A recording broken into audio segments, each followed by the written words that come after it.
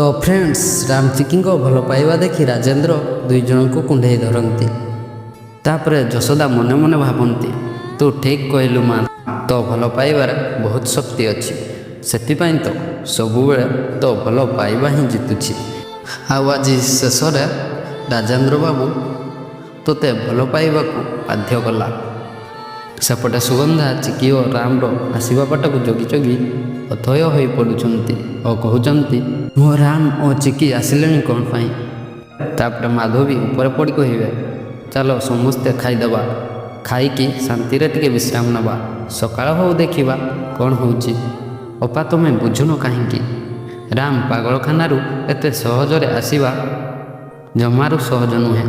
तापर सुगंधा रागी जाई कहे माधवी ए समय सब कहवा तुमको ठीक लगुच, जदि मो पुओ जगह जदि तुम पुओ होता ताहले तुम एमती कहीपारि था।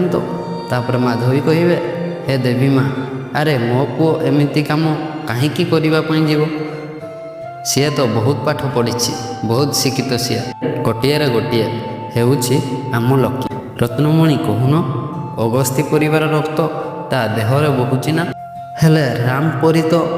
तापर जेजेमा रागी जाई कहे माधवी खबरदार कहूटी कहूचु कौन कहूचु बुझीपारुच तो ना, तो मुंड ठीक से काम करूनी।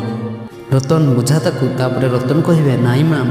तापर पुणी जेजेमा कहे ए चुप रह, मु जहाँ कहूँ शुण, यार मुंड काम करूनी, ये मो पाखरे कहीं मो राम विषय कह कथा कहवा शिखी जाइए, कौटी कौ जगार क्या गोटे केमी कहटा आज जाए से शिखिला।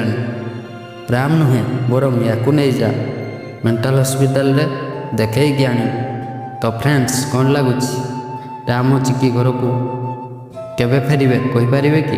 कमेंट रे आपन को मतामत रखिबे।